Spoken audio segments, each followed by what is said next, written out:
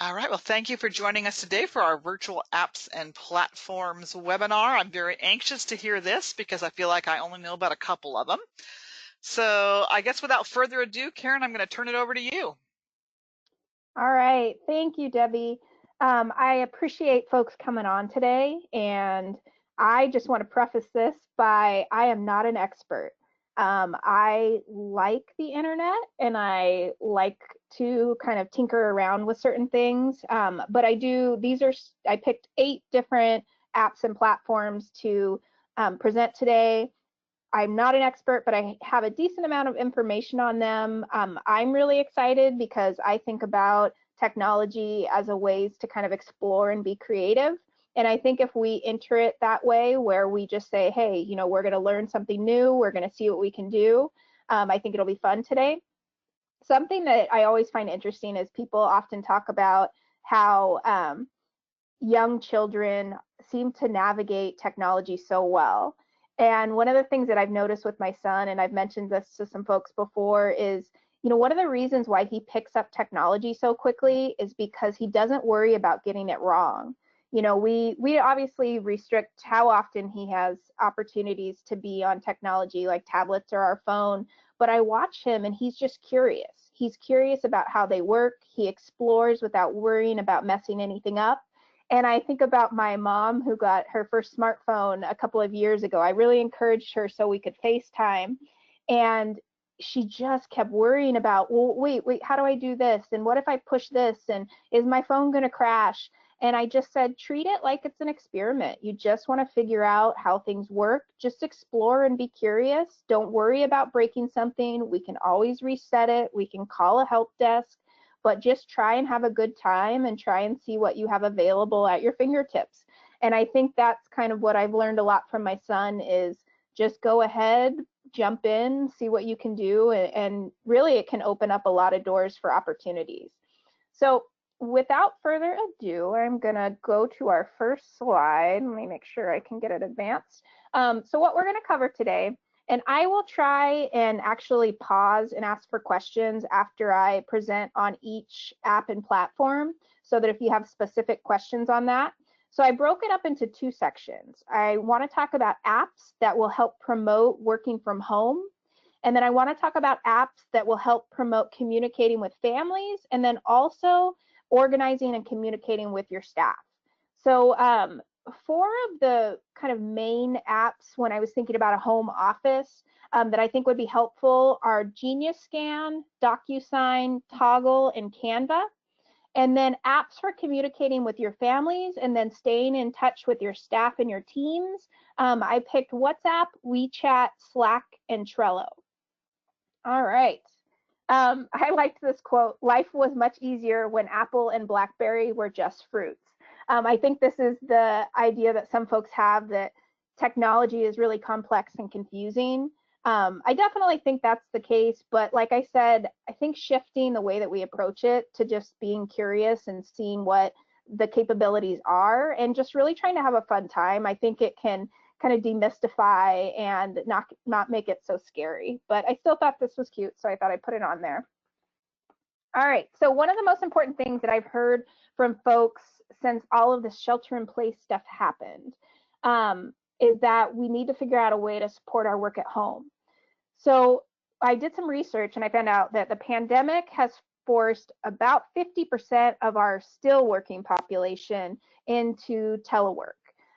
It often was something that was, rare maybe for folks who are in administrative positions or leadership positions, and then sometimes it was considered a perk, something that employees or potential employees would say, hey, is there ability for me to work from home? But in this situation, we've been thrust into it as a necessity. One of the things to consider is that it's accelerating the trend towards telecommuting, which I don't anticipate going away. I do think we won't be telecommuting quite as much, but I do think that a lot of organizations, especially when I think about family resource centers, one of the silver linings I've heard about this is that people are getting higher attendance in some of their workshops and in some of their support groups if they offer it virtually. So I do see folks looking at how to kind of have a balance moving forward. There's cost cutting opportunities with telecommuting. There's climate. They were talking about how Los Angeles has some of the best climate air quality that it's had in years because people aren't driving quite as much. I was reading an article the other day about Yosemite, and they said that the bear population has quadrupled, and the impact that it has on our wildlife if we're at home and not on the roads. So I definitely think there are some things. Oh, and then in terms of utility bills, if you have less people in the office, you have less power being used, you have less office supplies, those kinds of things. So I definitely think that this is going to be something that's going to be important moving forward. So I wanted to point that out today, that, even though it's a short-term thing that we're looking at right now, I definitely think that it's going to have long-term implications as we move forward.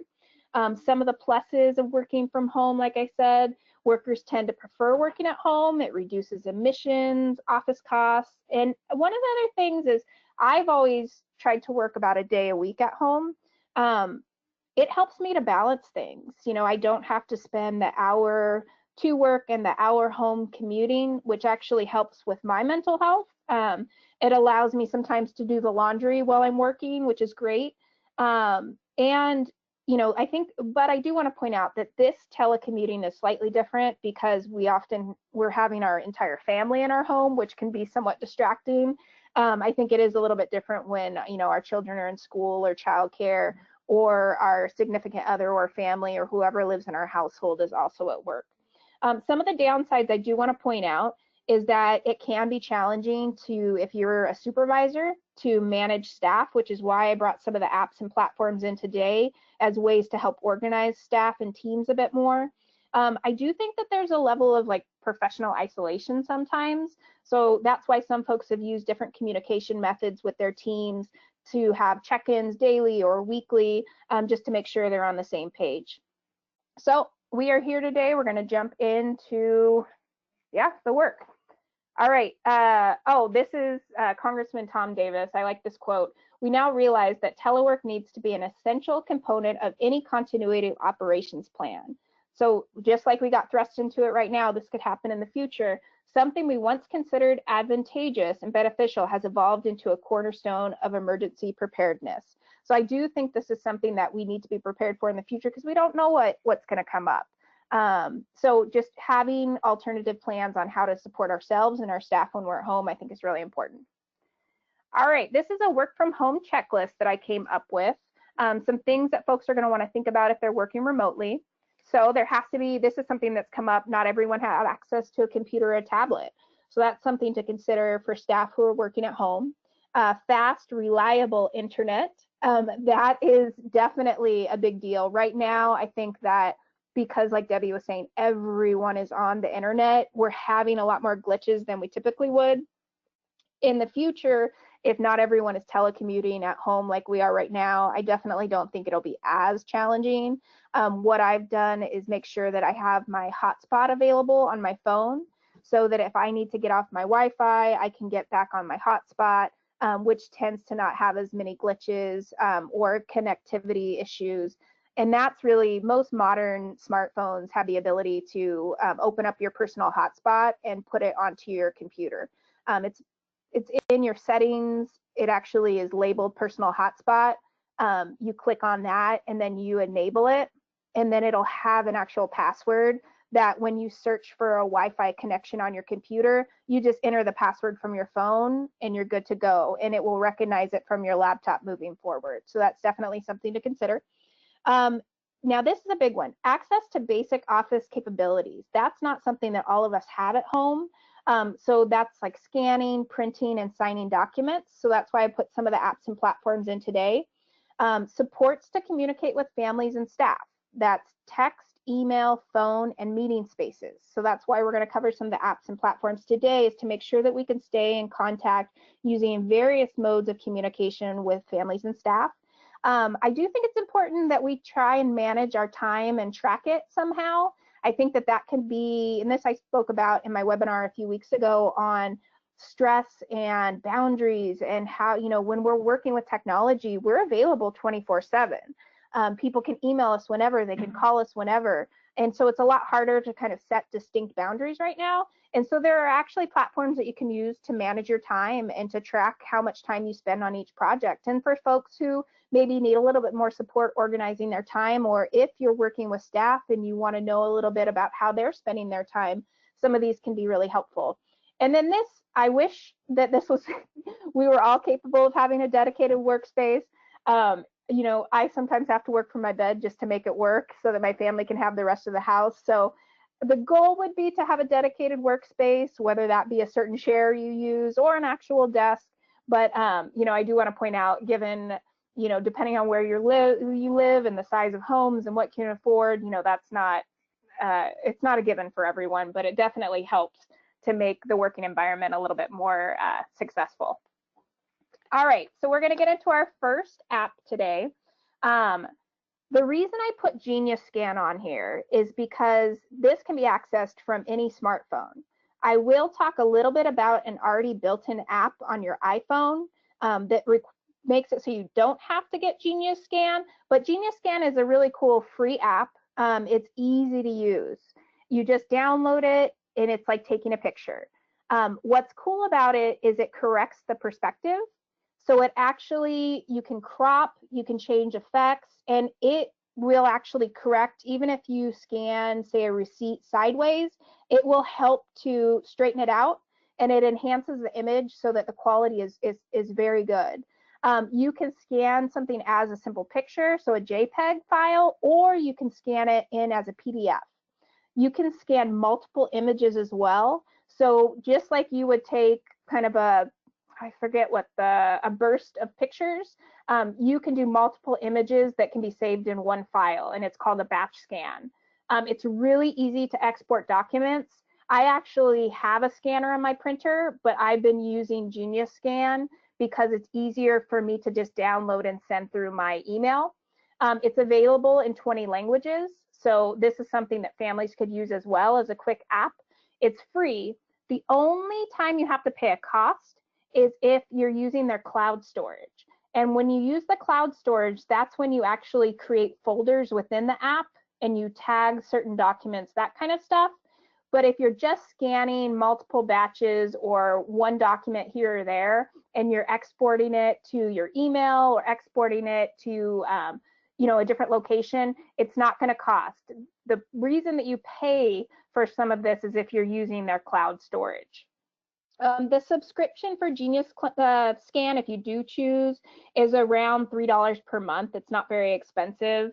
You can upload the documents really easily to some of the other type of software like Box, Dropbox, Evernote. The one thing I just want to reiterate on Genius Scan is it really enhances and corrects the perspective. So that's one of the great things about this app, is that it's free as long as you're not using their storage, and it definitely makes the document very readable. I would say that it's actually a better app than using the Office scanner. I know a lot of the huge industrial copiers have a scanner option, and they really will make images so that they are kind of blurry. This is actually better than using your Office scanner to scan in documents. So I would recommend this in the future for folks, even if you're not working remotely, because because it's so good in terms of enhancing the perspective in the image. What I do want to mention for folks who have an iPhone is you actually have the capability to scan a document by using your Notes application. You can go right in there, and at the bottom of a note, it actually has a camera image. You can choose that, you can click on it and pick scan, and you can actually scan a document that way. So for folks who have an iPhone, that's an option as well. You can organize folders right there. You can scan multiple documents, and you wouldn't need to download Genius Scan. I do think that the quality is slightly better with Genius Scan, but like I said, if you have a cloud storage package already on your iPhone that allows you to store a good amount, or say you have a lot of gigabytes, that's an option without having to download another application. So I wanted to point that out for folks. So far, Debbie, does anyone have any questions on Genius Scan? Let's see. I don't think so, but let me check. Nope, we're good. Okay, great. So for each application and platform, I did get screenshots just to show you a little bit about what the app looks like. So if you look at the very side over here, the first image, that's what it would look like initially as you're taking a photo, and you choose single, so that's a single document, or if you were going to do multiple documents, you would actually click on the next word that says batch, and that would let it know, whoops, sorry about that. That would let it know that you're going to be scanning multiple documents. It actually corrects it to look at it'll look more like the middle image. So that's the enhancement that it does. And then the last image is looking at what happens when you scan multiple PDF documents. So it's a really easy to use. It definitely has a lot of features that are very similar to your photo app in your iPhone or in an Android device. But like I said, the quality is slightly better. All right. So now we'll go to DocuSign. DocuSign, I think, is really important when we're thinking about having to sign contracts. A lot of times it's used with independent contractors, but right now, I think for folks who need to sign things that are coming in, this is a really great option. It's super easy to use, electronic signature platform. Genius Scan is only an app. This is actually an app, or it can be accessed on your web browser. When I say web browser, I essentially mean from a computer. You can put in the URL or the docusign.com, and you can go to your account that way as well, or you can do it via app on your tablet or your phone. One of the benefits as well is it sends secure digital signatures. So they actually have a system that make sure that what you're sending back and forth is secure and is getting to the people that it's supposed to without, I mean, granted, hackers are amazing in general, but it's less likely to happen in this platform than it would be if you were sending it just directly through your email.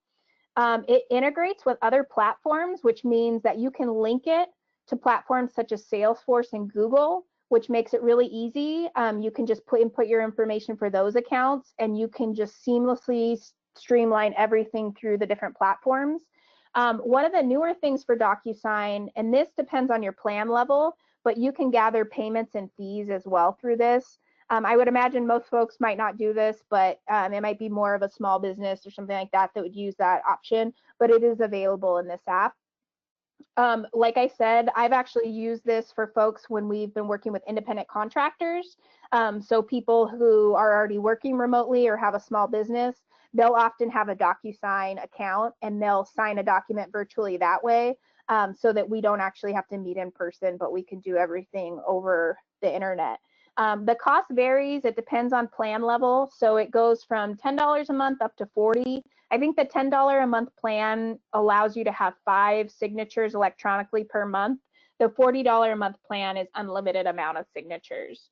One of the things is if you send a document to someone using your DocuSign account, that person does not get charged. It's through your account, so you can send it to people who don't have DocuSign, and they're not charged anything. It's a benefit of you having an account. Yeah, I think that's kind of it with DocuSign. This is what it looks like. You actually can create your electronic signature and keep it on file. You could upload it if you wanted to sign something and then take a picture and upload the image, or you can draw it on your tablet, or using your mouse pad on your computer, and then it stores your information so that you can just click on your signature when you want to input it into a document moving forward. So are there any questions about DocuSign? All right. Raise your hand or type them in.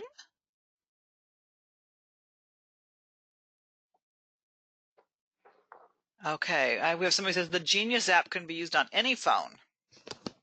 Yes, it can, and that's why I put it on here. The reason that I wanted to make sure to share a scanning app is because iPhone is the only one that has, or at least I don't know of an application on Android phones or Samsungs that offers it internally, where iPhone offers the Notes app as well that works as a scanner. But yeah, the Genius Scan can be used on all cell phones. Right. And we did have a question about posting, and yes, we will post the webinar so you can access it later on. Yeah. Let's see. Oh, we have a question. Is anybody using DocuSign or e-signing for releases during this time?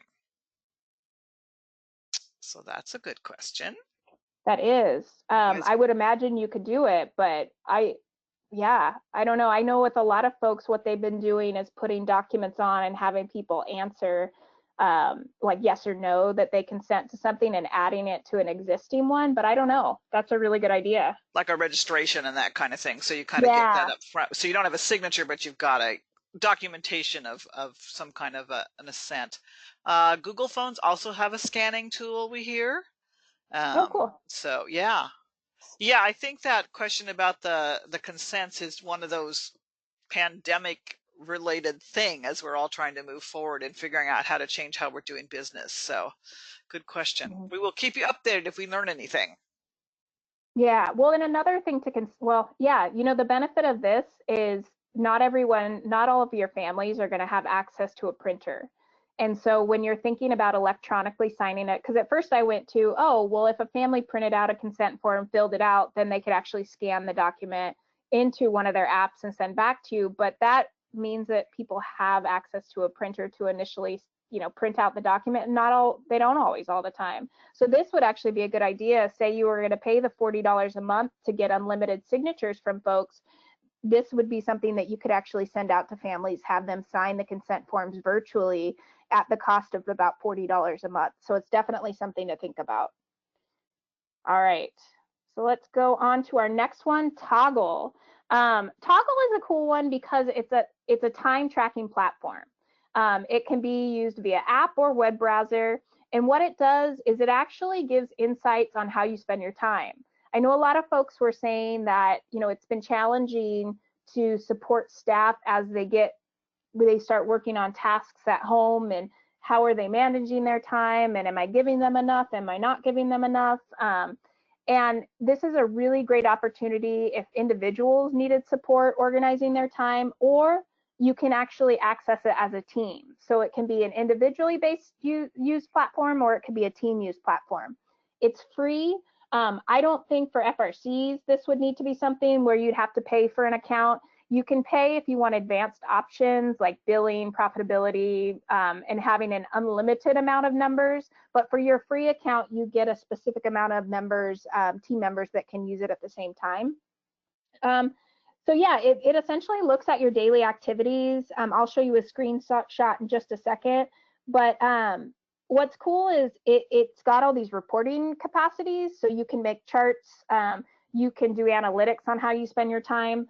That would just be, I guess a lot of it would be more reporting. And I know you input your time, and a lot of folks use things like Salesforce or some kind of tracking, but this is just a good way to organize time if you needed that initial tracking so that you could then put your reports into another system. Yeah, this is what an actual screenshot looks like. So you can name the tasks, and you can actually click and show how much time you spent on them.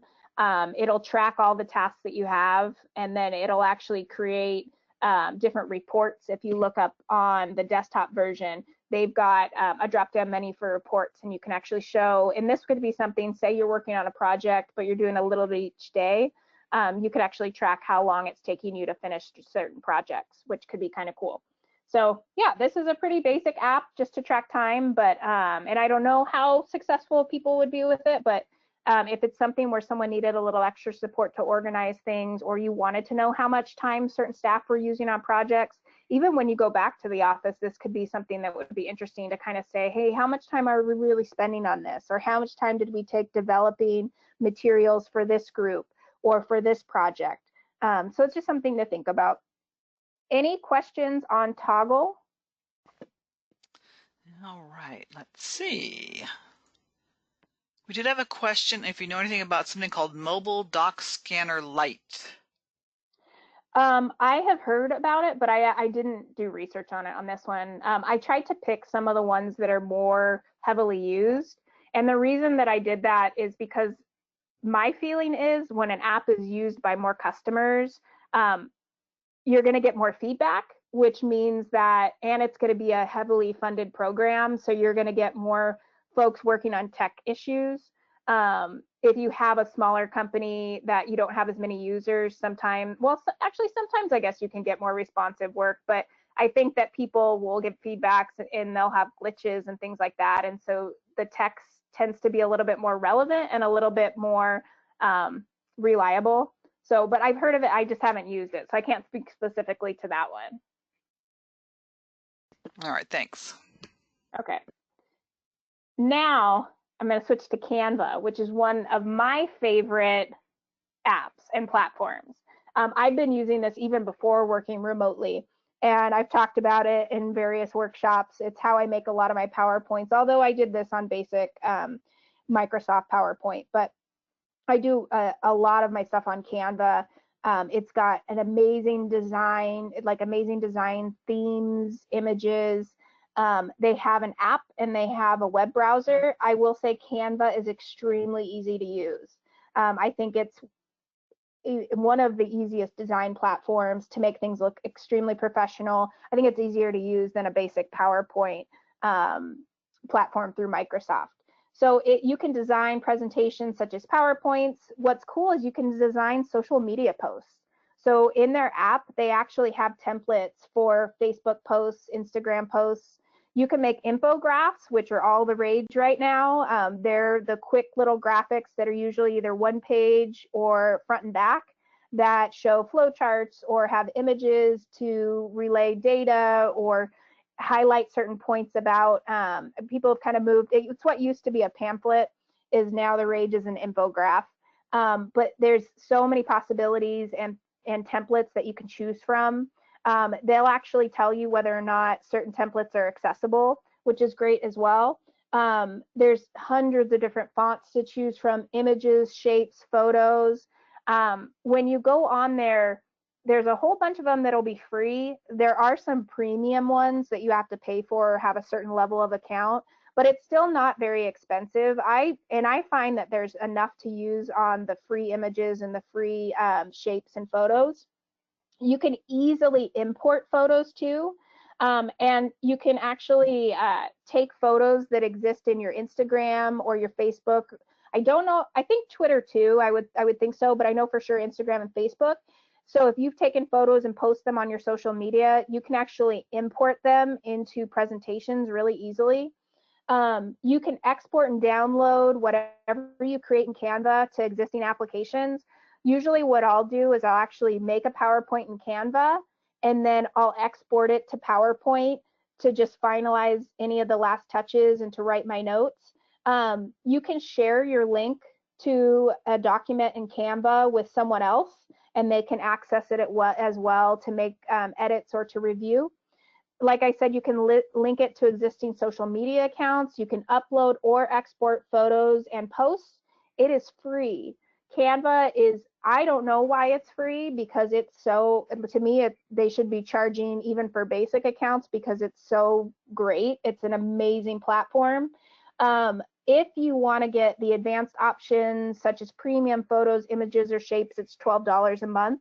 To me, if you're making a lot of presentations or you're using social media quite a bit and you don't want to always use some of your internal photos, that actually might be a good idea just to pay the $12 a month, but I think you'd be fine with just a free account. And the biggest piece that I like is it really helps to professionalize everything. And the fact that you can create social media posts on the app and just upload them right away to your accounts, to Twitter and Instagram. Well, I think Twitter, but for sure Instagram and Facebook. It's an awesome platform. It's really quick. It's really easy to use, and you do not have to have any graphic design skills. Anyone can use this, and anyone can make things look like they're a graphic designer. It's an awesome platform. So I definitely think that you'll engage folks a lot more, and you'll actually things that you post will look a lot more attractive using Canva. It's really modern and sleek. So this is just what it would look like if you were using it via phone. These are some of the examples on the left is just some of the templates that they would use. Like I said, it does look like you could do it on Twitter as well. So it's Instagram, Facebook, Twitter. You can add emojis in. You can embed different videos like you would on a traditional PowerPoint. You can take, it looks like it streamlines to Dropbox. I didn't even know that. I know you can link it to YouTube. So yeah, I mean, it's really easy to use. Like I said, you do not have to have any graphic design skills, but this would make it look modern and sleek when you're putting some kind of design out there. Any questions about Canva? Yes. Okay. Jen says, I love Canva. I use it for all my digital or most of my digital needs. Have not used the PowerPoint function. Any insider tips, Karen? Then just to add, Canva works great for uploading to Twitter. And can you create presentations on your phone with this? I think so, yeah. If you look at the image on the left, I haven't done it because I usually tend to use the web browser version when I'm making presentations, and that's just old school for me. I have a lot of my pictures saved on my desktop and that kind of stuff. So, but you can, if you look at the image on the left, you can actually create a presentation that way. I don't know if I necessarily have tips for presentations. I just know I really like to use the platform. I mean, it's endless. There's so many things to choose from. I have some favorites that I like. And you know what's really cool is sometimes I'll look on Pinterest and I'll look for different templates and how people manipulated the templates just to get ideas of what I'd like it to look like. So I think that's one of the fun things is just searching on Pinterest, and you can search Canva templates and just see what people have done from specific templates of what they've created if you have time and if you're curious in that way. But yeah, no real tips. Just I mean, you can make anything. This is beyond work. This is personal too. You can make things look so beautiful using this outlet, and I do not know why they don't charge for it. I've never understood that because I think they could be raking in money because it's such an easy to use platform. All right, so you got to thank you for the Pinterest tip, and the phone app is ridiculous. Use it on a laptop for best availability to manipulate the Canva app. Like, it sounds like some personal experience. Hey, that's good to know. You know, I haven't used the app because I like the desktop version a lot more. So that's good to know that maybe I would have been more frustrated had I have tried it, with an app. So thank you for that. And then it says, if I share a doc with someone to make edits, do they also have to have the app? I believe they have to have an account, but I could be wrong. It might just link directly to yours, but I don't know. It might have to be a shared account. That's I don't know. That would be something, my go-to with everything is Google it. I would, and that's one of the things is I had certain questions as I was going through this presentation just to say, hey, is this correct? Do I have this right? And I Googled it, and within about 5 seconds, I'd figure it out. So I'm not sure. They might have to have an existing account, but they might not. That I would think if they're doing it from their phone, then they would probably have to have the app, but I don't know. That's a great question. That was kind of my fear a little bit of this presentation today was I was going to have a lot of I don't know because it's endless. There are always questions popping up, and I am the guru of using a Google search engine and just saying, can you do this, and seeing what I can come up with. So it looks like you can also make digital cards to share student information with staff, and you can add team members to your account. It sounds like Jen is going to be our go-to Canva expert. So there you go, just Jen. Get ready, Jen. Yeah, you're going on the list. So yeah. Well, and that makes sense because a lot of times in most of these platforms, you have an account holder who, if it's free or if it's paid, they're the one who the account is under. And you can often designate people to use the account. I mean, that's the same thing with Zoom. You can designate someone to be a co-host. You just have to have people added to specific accounts. So that's good to know. I would imagine on a lot of these, when they say that it's the capability to bring in a team, is that you add people to your account. So, all right. Here is my next slide. So working hard and working smart sometimes can be two different things. And so that's why, I really think even as we move forward and we get back into the office, some of these platforms make things a lot easier. And so I just want to, even though we've done it one way forever, it doesn't mean we can't make some shifts and some changes because we have the ability to use this technology to our benefit.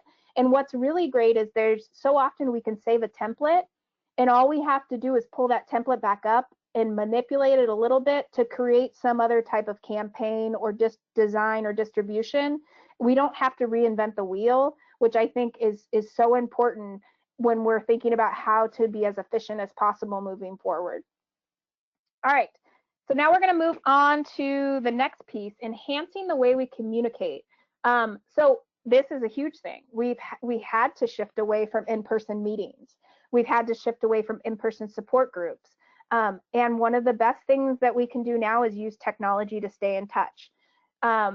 Silver lining, this is something that I've talked about since last year, is virtual play groups. I've always been on board for that. And the reason behind that is because even though some folks could get to the office before, there were still limitations on some people getting to the office, whether it be they lived too far away, they didn't have adequate transportation, or when we're thinking about people who have children who have either mobility limitations or who have behavioral challenges.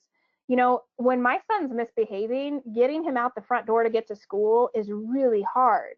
And maybe I don't want to get him out. I don't want to deal with it. Maybe I don't want to have to fight with him to get him to the car, to get him to this, you know, play group.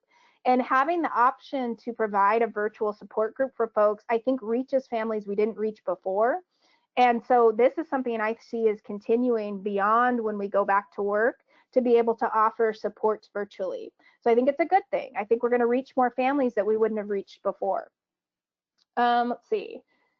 Oh, and then this was interesting. And I think about this a lot too, because I think there's something to be said. While distance learning in schools right now is very interesting, and I think there's a lot of reasons it's not working to the best of its ability, but I do think that, you know, I remember it being a direct service provider, and when I'd call families, so many times I would get sent to voicemail, or people wouldn't call me back, or I'd write an email and someone didn't write me back. But what I did get a lot of times was a text back. And so I think sometimes, you know, we have to look at, what do our families want? How do they want to respond to us? What types of platforms are they using? And find ways to connect that feels comfortable for them. And a lot, especially of the millennials, the younger generations, are using a lot of these different communication apps and platforms. And this is a way that maybe we're, as providers, not as frustrated, because people are more likely to communicate via text or WhatsApp or WeChat. So it's something to think about as we move forward. And it's instant.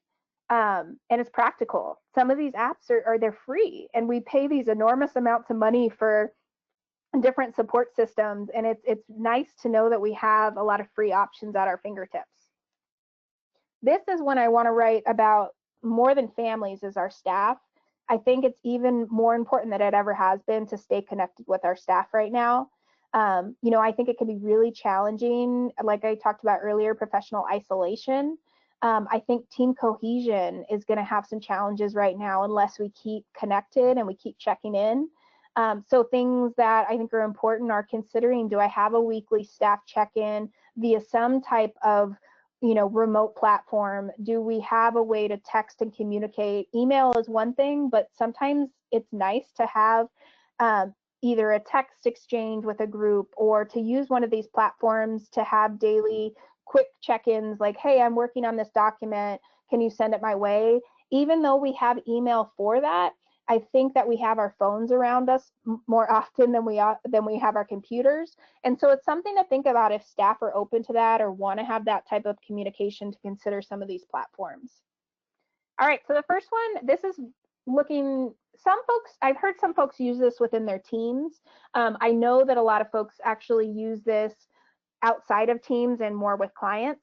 WhatsApp is a really simple way to communicate. It's really easy to use. It was made with the premise of doing text, voice calls, or video calls.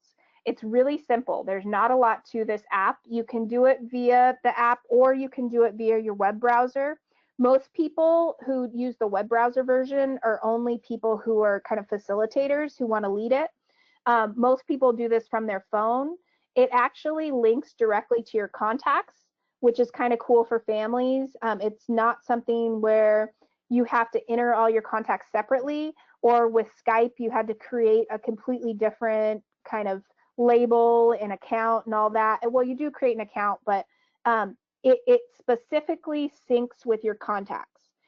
It's a really good way to do group communication. It's very similar to Zoom where you can see multiple people at a time, but what's different is it's extremely good with multiple languages. The Spanish speaking community and a lot of support groups often will use WhatsApp. It's they've had glitches in the past, but it's with a lot of feedback, especially about the Spanish translations, it's definitely improved. So if you were thinking about doing something other than Zoom, WhatsApp is a really good way to go because it doesn't require a family to log into Zoom, and Zoom's registration, although it will translate to Spanish and they have the interpretation capabilities depending on the level of account you purchase, I've heard that there's been a lot of glitches with it, and this seems to be a lot easier to navigate because it's simply on your phone and it's synced to your contacts. They have upgraded a little bit and added an option to capture a moment, which is essentially take a photo and send it out to your certain contacts or to all your contacts. So it's really similar to like a post on Facebook or Instagram, but it doesn't, it's more of a photo or a video. So, and that's one of those things that people want to capture a quick post and let folks know what they're doing. Like I said, connects directly to your contacts and it's free. One of the things that I think people use it the most with, and this is why it could be a great option for families in general, just to let them know about this, is the only thing you need to do is have access to the internet. So this essentially goes through your internet service, but it's at no cost to send messaging. So for folks who have plans where they're still limited to a certain amount of text, or they're limited to a certain amount of minutes for their phone plans, this is perfect because you can text someone or you can call someone in a different country at no cost. As long as they have a WhatsApp account, your families can contact back and forth using this app, and it's not going to charge their minutes on their phone or their texting capabilities. So that's why I think something like this is really great, because it's financially really feasible and makes a lot of sense for families who have family or friends or folks in other countries. It's an opportunity for them to use it as a resource too. It's owned by Facebook. So it's owned by a company that knows what they're doing. I'm not saying I agree with everything Facebook does, but it's owned by a company that knows what's up. And it's actually got over 1 billion people signed on with accounts. And it's really good because it fits a lot of people's capabilities. Like I said, it's super simple. So for folks who aren't as tech savvy, I think it's a really good mode of communication. Up to folks who are really tech savvy, I still think that it's a good way to communicate. And it does real-time notifications. So same as if you have an app that, say, E-News, or for me, it's Bleacher Report that has all my sports stuff, and you get a real-time notification on your phone. If someone messages you within your contacts, it'll pop up on your phone and say that there's been a message added to either the group you're involved in or from a specific contact. All right, this is what it actually looks like. Like I said, it's super simple. Calls, chats, contacts are the main things. And you can do a gallery of photos, can post a video, you can show your location, but it's not super complex. It's not going to give you a lot of things that's going to make you be confused. It's a really easy thing for families to use. Any questions about WhatsApp?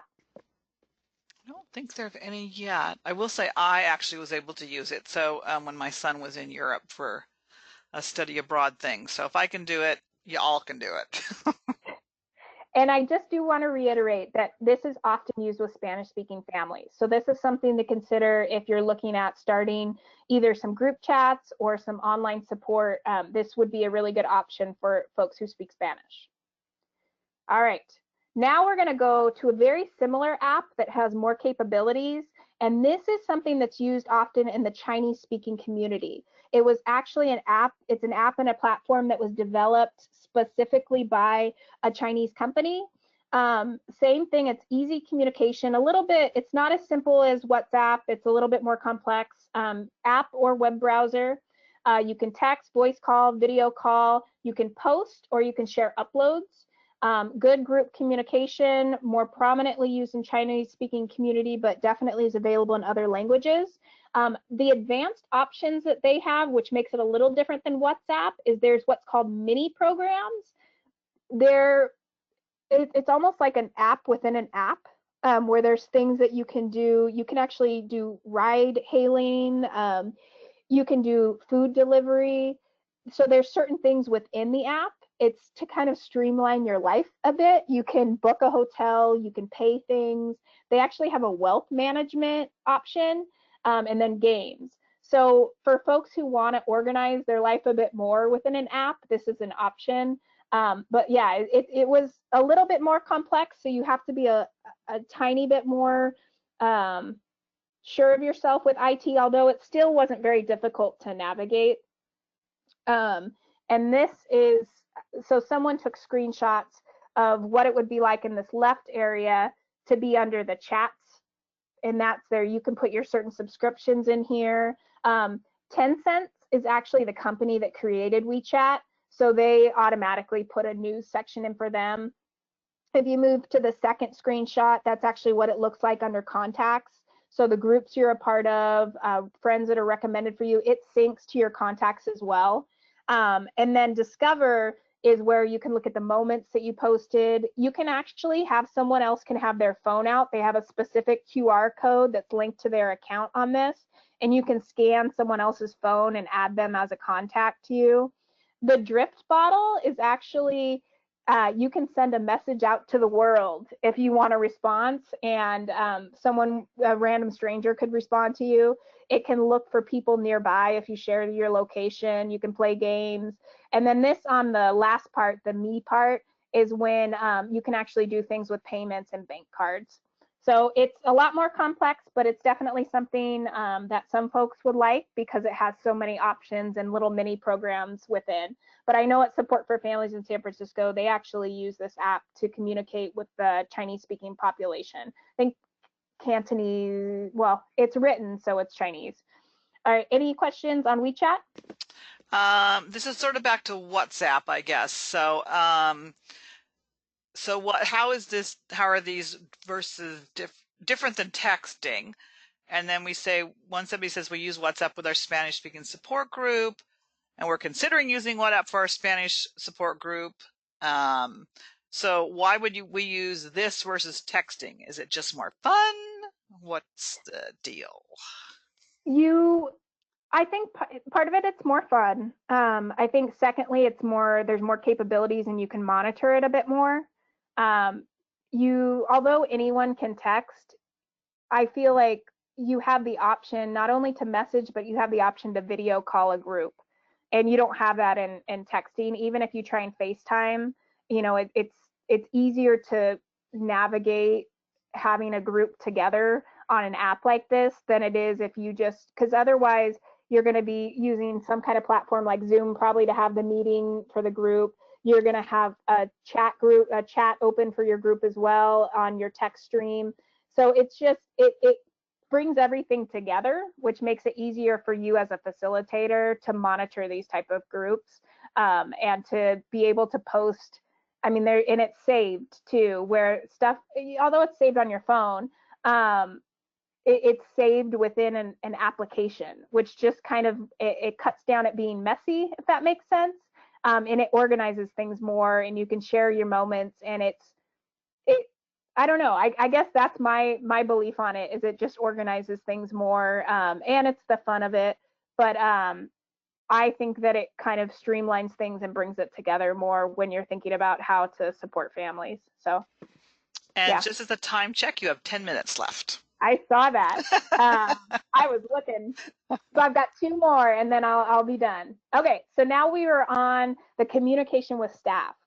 This is when it gets a little bit less easy, and it's only something if you were considering, how do I create more team cohesion?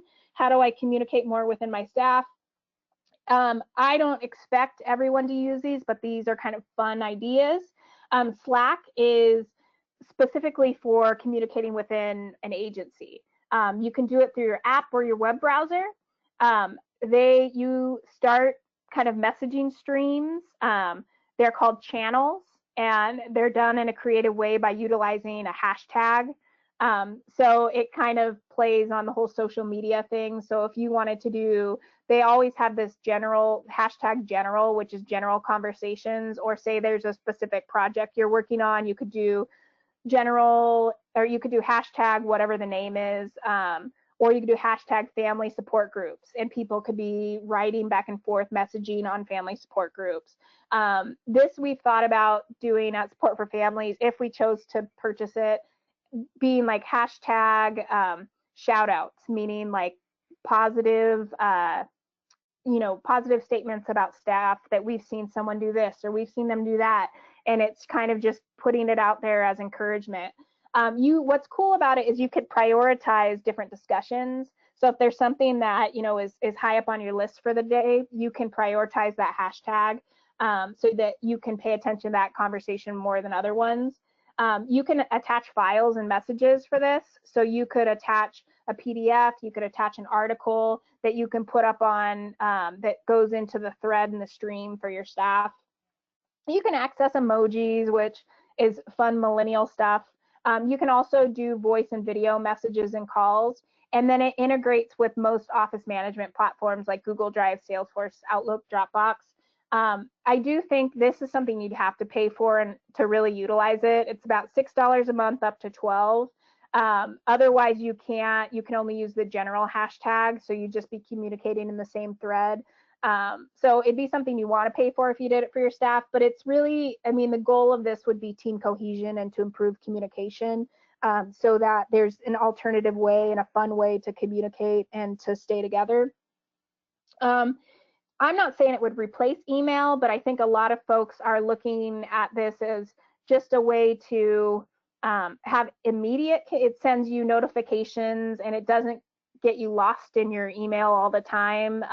It really would be something that you'd want to make sure that your staff was on board for it and wanted to do something like this, but it's kind of a fun way to get us out of Outlook and into something that's a little bit more enjoyable. So I wanted to put that on there still, just so that folks had an idea about it. I think Slack, it's probably used in the for-profit world quite a bit, but I could see it definitely getting enhanced more because it has that organization of conversations in kind of a fun way. So I see it being something that gets taken on a bit more soon. And this is what it looks like. You can send files, like I was saying, that's on the right side. You can see the hashtag general on there, that shows you that's one of the channels and conversations that they're having. So yeah, it's kind of a cool way to access it easier. And if you look at it, the design is a lot better than if you're accessing your email remotely from your phone. This just is more fun and kind of has that social media feel to it. Any questions on Slack? Not specific for Slack. However, your quote, fun millennial stuff is apparently going to be going viral shortly after we're done with the webinar. So I know, I put that out there. This is me as a millennial talking. Fun millennial stuff. It's not the same as it used to be. Millennials expect work to be enjoyable and fun, beyond just the basics of the reward that we get from doing our work. It has to be appealing and there have to be perks. So I will put that out there. I don't know what it is and where that came about. Maybe I still think I'm like right on the cusp of the generation before and the millennials. So I still have some of that. It's just work and you got to get it done. But I do also have that piece of it has to be fun and enjoyable. So anyway, I'll put that out there and then go to the next slide. All right, this one is my last one, and I am going to rush through it because I know we're almost done. But Trello, I think is awesome. I would recommend that anyone use this. It's a project management and task platform. So it's super easy to use. Some of the wording is a little bit confusing, but it's an app or a web browser. To me, I'd use it as on the web browser versus the app just because of the visual layout of it. It's like a virtual corkboard. So cards are the equivalent to a task. Scrums are like brainstorming sessions that you do with in your teams. So like, what do we need to do? What are we working on? And what tasks are complete? Sprints are like the small steps, so specific short-term things that we need to do to get things done. It organizes it in a really beautiful way to kind of understand your workflow. Like I said, you can use it individually to organize your task, or you could use it as a team. It'll store your completed project and all the information you had as you kind of went through that process, and it'll store your current projects as well. It's free for organizing up to 10 projects. If you get beyond that, then you'd want to pay. I don't think for the size of FRCs, you'd probably need a larger business plan, but it's really visually beautiful, and it really helps to organize kind of how things are going and to really break down a process so that if you're having trouble kind of helping support people on finishing things or looking at, we do this first and we do that first. I would say for remote working, I think it's great, but even in the future, when you're looking at implementing plans, I think this is a great one to kind of be curious about and to look into for your teams. So this is what it looks like. Like I said, visually, it's a really great platform. It makes it seem pretty simple on, what do we need to do today? When did we complete this task? It's a great way of just also having reference to how long it took you to do things. I think it's a better platform than the one I talked about earlier, Toggl. And I put it under the staff communication because I just think it's a way to bring the team together a lot more when you're looking at who kind of plays a part in what. So I wanted to put this on there for sure. You can ask me questions about that. I also want to say things to consider when you're looking at what do you need as an agency. I think it's important to really think like, hey, we have staff working remotely, or they might continue to do some remote stuff. What do we actually need for our agency? What are the capabilities of my staff in terms of trying to use technology? So is this platform too complex? Is it something I think that folks could appreciate or handle? What do we need to do first step to start incorporating? Maybe there's one app from today you want to try using.